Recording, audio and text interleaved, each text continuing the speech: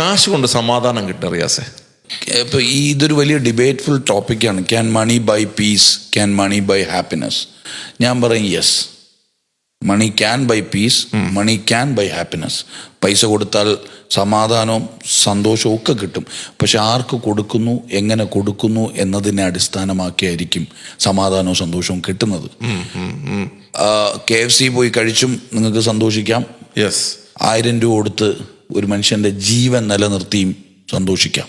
എവിടെയാണ് നിങ്ങളുടെ സന്തോഷം? അത് നമ്മൾ ഡിഫൈൻ ചെയ്യണം. അത് KFCയിൽ കൊടുക്കണോ, അതോ ഇപ്പോൾ ഒരു പീസ് വാലി പോലൊരു ഒരു ഇൻസ്റ്റിറ്റ്യൂട്ടിൽ വന്ന് ഒരു മനുഷ്യന്റെ ജീവൻ സംരക്ഷിക്കാനായി 1000 രൂപ കൊടുക്കണോ? ആ ഒരു യാത്രയാണ്. അതാണ് ഇതിനെ സിറാത്ത് മുസ്തഖീം എന്നൊക്കെ പറയുന്നത്, നേരായ മാർഗത്തിലേക്ക്. അത് ഒരു മാർഗം അവിടെ ഉണ്ട്, ഒരു ഔട്ട്ലെറ്റ് ഉണ്ട്, അവിടെ പോയി ഫുഡ്, ജങ്ക് ഫുഡും കഴിക്കാം. ഇപ്പുറത്തൊരു മാർഗമുണ്ട്, അവിടെ മനുഷ്യനെ ചേർത്ത് പിടിക്കാം. അപ്പോൾ ഒരു മനുഷ്യന്റെ ജീവനെ ചേർത്ത് പിടിച്ചാൽ തിരിച്ചു കിട്ടാൻ പോകുന്നത് ഈ പറഞ്ഞ സന്തോഷവും സമാധാനമാണ്. അല്ലാതെ കിട്ടില്ല ഇബാദ് ഭായ്. അലാ ബി ദിക്റുല്ലാഹി തത്മഇനുൽ ഖുലൂബ്. എന്താണ്? ദൈവസ്മരണയാൽ മാത്രമേ ഹൃദയങ്ങൾക്ക് സമാധാനം കിട്ടുള്ളൂ. ദൈവത്തിന്റെ ഓർമ്മ. ഇത് പറയുമ്പോൾ പ്രവാചകൻ പഠിപ്പിച്ചൊരു ഒരു പാഠമുണ്ട്.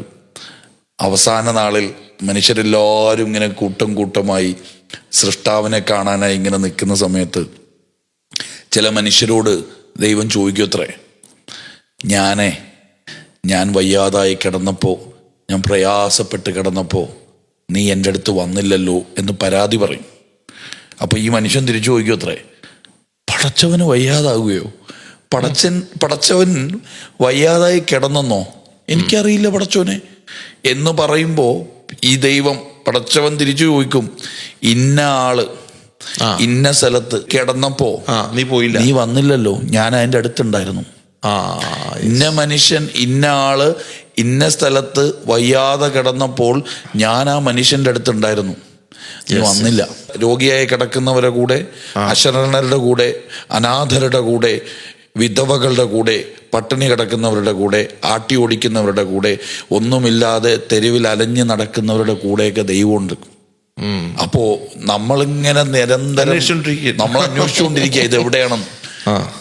യഥാർത്ഥത്തിൽ ആത്മീയമായി ഈ പുസ്തകത്തെ ഏത് വേദം എടുത്തോ, വിശുദ്ധ ഖുർആനെന്ന് ഞാൻ പറയാൻ കാരണം ഞാൻ ഏറ്റവും കൂടുതൽ വായിച്ച ഗ്രന്ഥമായതുകൊണ്ടാണ്. ഭഗവത്ഗീത എടുത്തോ, ബൈബിൾ എടുത്തോ, ഈ പറയുന്ന പ്രത്യയശാസ്ത്രങ്ങളെല്ലാം പഠിപ്പിക്കുന്നത് ഒന്നാണ്, മനുഷ്യത്വമാണ്. മനുഷ്യത്വം. മനുഷ്യന്റെ കൂടെ ആ സ്വത്വം, ദൈവമെന്ന ആ സ്വത്വം ഉണ്ട്. പക്ഷെ അത് എവിടെയാണെന്നുള്ളതാണ് ചോദ്യം. അത് ഈ പറഞ്ഞ പോലെ വിശന്ന് കിടക്കുന്നവൻ്റെ അടുത്തും, പട്ടിണി കിടക്കുന്നവൻ്റെ അടുത്തും, ആട്ടി ഓടിക്കുന്നവൻ്റെ അടുത്തും, ഏറ്റവും കൂടുതൽ ശാരീരികമായി ബുദ്ധിമുട്ട് അനുഭവിച്ച് കിടക്കുന്നവരുടെ അടുത്തും ഒക്കെയാണ്. അപ്പോൾ ഇബാദുഭായി ചോദിച്ച ചോദ്യത്തിന് ഉത്തരം, സമാധാനം വേണമെങ്കിൽ ഞാൻ പറയും, ഇന്ന് മുതൽ ഞാൻ പറയും, പീസ് വാലി വരണം.